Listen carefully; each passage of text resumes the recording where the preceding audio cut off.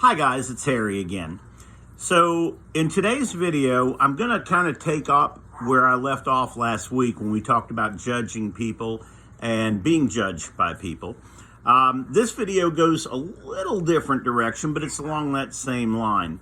So being a person that has clinical depression, I often get people, friends, family, and just people you just meet who have either seen the video or know that I deal with this, and they are anxious to help. They have all kinds of advice to help. And that really sounds great because it's a sign that people care about you, and that's a wonderful thing when people care about you. But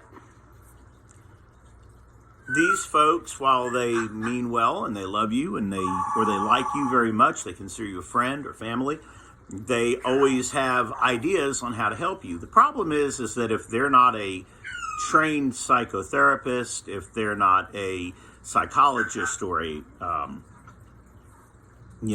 psychiatrist, then they're really not equipped to help somebody with depression. And they have some great ideas, but they very often are misguided in how they feel that it works. See, if you have somebody that is just sad, not suffering from clinical depression, and you say to them, hey, you need to cheer up, you need to get a grip, you need to move on, you need to get yourself together, and or you need to go work out and the endorphins will help, and all of these other things. While that really is helpful to somebody who's just sad, it doesn't help somebody with clinical depression. Clinical depression is biochemical. It is a issue that we are taking medication for in most cases. And listen, for just 1 second, let me go back and again say, if you feel that you or someone you know and love has clinical depression that has not been diagnosed and treated, it's critically important that you help them to get the treatment that they need to lead a happy and productive life. You can lead a happy and productive life when you have clinical depression, but you're not going to be able to do that like by yourself. It takes help, it takes time, it takes medication, it takes counseling, all these things, and they're available and you can get them, but you need to make sure that you seek out that help.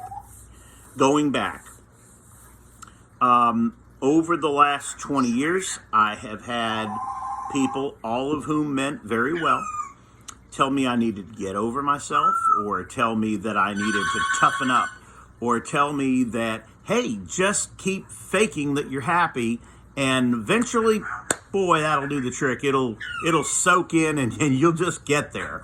No, you won't. That's not the way it actually works. I'm sorry about the African gray in the background making all the noise.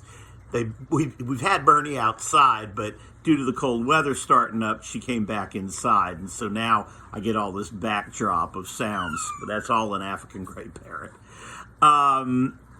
So when you have this overwhelming support group that is desperately trying to do good for you and help, it's a wonderful thing.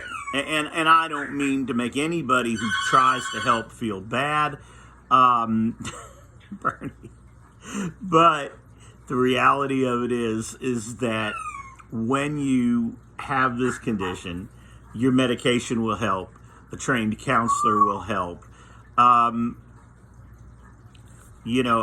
had countless people say, if you ever need to talk, just call me. I appreciate that. The problem is that you don't know what to say when I talk. In most cases, by all means, I'm not saying that people shouldn't try to help, but the best help is to help the person that has clinical depression stay faithful to their medication, go see a counselor, do things that are non-self-destructive. When you have clinical depression, it's very, very easy to get sidetracked. In all candor, I have been in a little bit of what my wife Honey calls a funk starting this week. I've not been eating correctly, and I got into this little where I'm a little short-tempered, and I desperately don't like that because she doesn't deserve that. And I'm going to definitely work to get out of that. But the reality of it is that very often you can't do that by yourself. And I would urge you, if you do need to talk to somebody, please seek out a licensed, trained professional to do that with.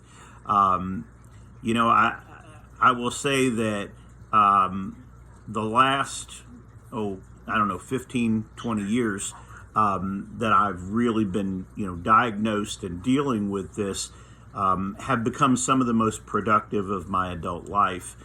And I think the support that I have from friends and family have been a major part of that. And I'm not criticizing those people that genuinely are trying to help, spouses, other members of family, friends. All of those are wonderful, truly wonderful things to have in your life. And I feel blessed to have people who actually care. What I am saying is, be careful what advice you actually listen to. Because the advice that you listen to and act on, if it's not advice that's steering you in a direction to get help that will make a positive change, then it's just delaying you from getting that help that you truly need to be able to lead a happy and successful life. As always, listen, I end all my videos the same way, and there's a reason, and I'll explain that here, because I've had somebody ask me about that this week. I always end my videos with keep love in your heart, keep a smile on your face, and do something great or do something nice for somebody else, because nothing else will feel that good. Now, the reason why I end my videos that way, it's not a tagline, it's not cliche. We're living in a world that is full of negativity. We're living in a world where you're constantly being bombarded by hate and by negative and by violence and by every kind of negative motivator that there is on the planet, from the news to social media to all of these things. So I think it's important that we remember that as people, we can't be self-fulfilled without having love in our heart. There's nobody that will ever be self-fulfilled who hates themselves and who hates other people just for the sheer sake of hate. That's never going to work.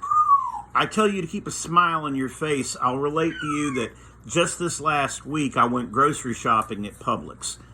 And from the minute I walked in the store, I smiled, just like this, throughout the whole thing. What was interesting was the reaction of people. The people were passing me by going,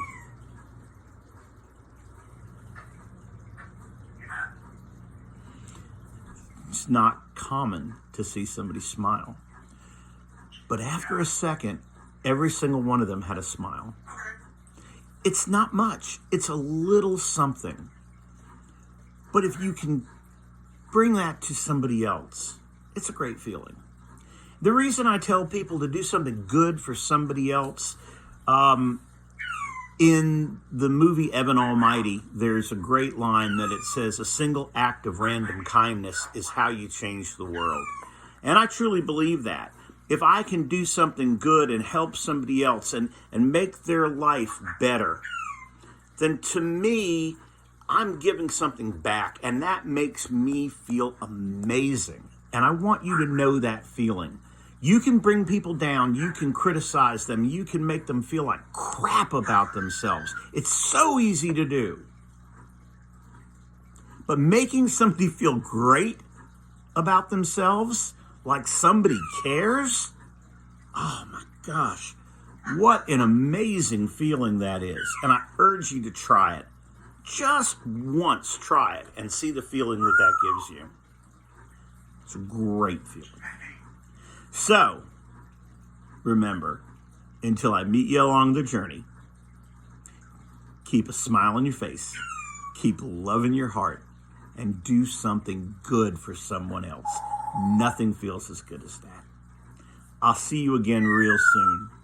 Thank you so much. Bye now.